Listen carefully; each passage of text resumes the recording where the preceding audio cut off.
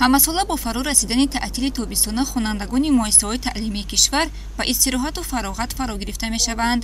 лагери истироҳативу фароғатии ҷамъияти дорои масъулияти маҳдуди Шоҳин дар яке аз маконҳои хушманзараи вилояти Суғд, шаҳри Гулистон ҷойгирӣ мебошад. мо аҳли эҷод низ зимни сафари хизматӣ аз лагери мазкур дидан намудем, ки боду ҳаво ва табиати дилрабо дорад ва кас аз дидани ин макони хушманзара лаззат мебарад. тибқи иттилоъ дар ин лагер кӯдакону наврасон аз синни 7 то 14 сола ба истироҳату фароғат қабул карда мешаванд. лозим ба зикр аст, ки варзиш яке аз шуғулҳои асосии одамон ба шумор меравад, зеро тани солим рӯҳи солим гуфтанд. истироҳаткунандагони лагери мазкур ҳам ҳамарӯза дар ҳавои кушод ба машқи пагоҳирӯзӣ машғул мешаванд, ки ин барои организми онҳо манфиатбахш мебошад. тавре маълум гардид, дар лагери Шоҳин маҳфилҳои кулолгарӣ, санъати тасвирӣ, футбол, волейбол, баскетбол, тенниси рӯи миз, шашка ва шоҳмод, мусиқӣ ва рақс, малакаҳои барномасозӣ, бозии интерактивии Xbox ва дигар маҳфилҳо фаъолият мекунанд.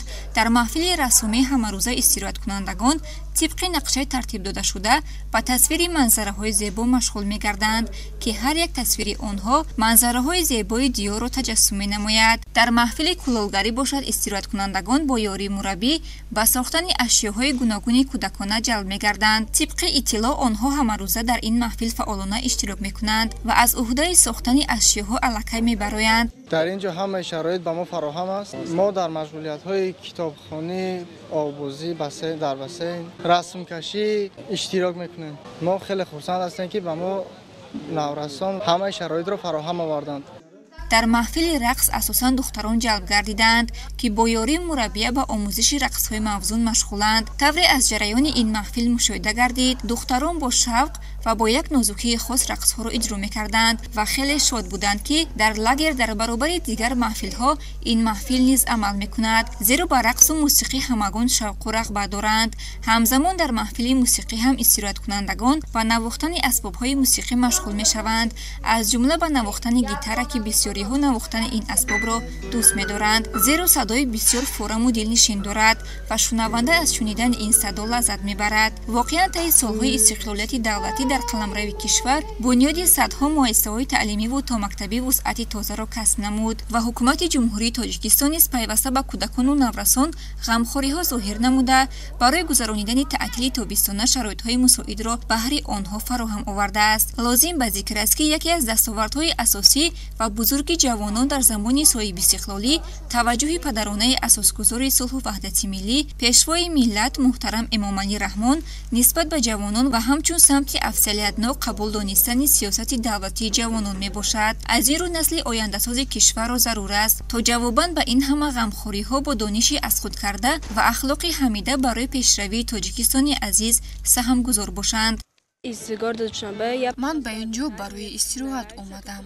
ин ҷо ба ман хеле писанд аст. барои истироҳати мо тамоми шароитҳо фароҳам оварда шудааст. мо дар маҳфилҳои расомӣ, рақсу мусиқӣ, навохтани гитара ва инчунин дар дигар маҳфилҳо иштирок менамоем. ҳамзамон дар ин ҷо дӯстони зиёде пайдо намуда, бо онҳо ба сайру саёҳат мебароем.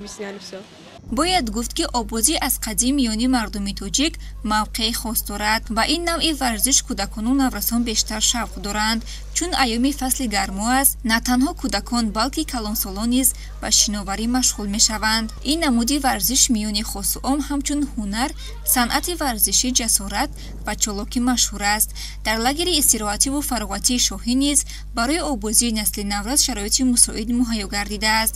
тавре маълум гардид, дар лагер як ҳавзи шиноварӣ бо шароитҳои зарурӣ баҳри истироҳаткунандагон омода гардидааст.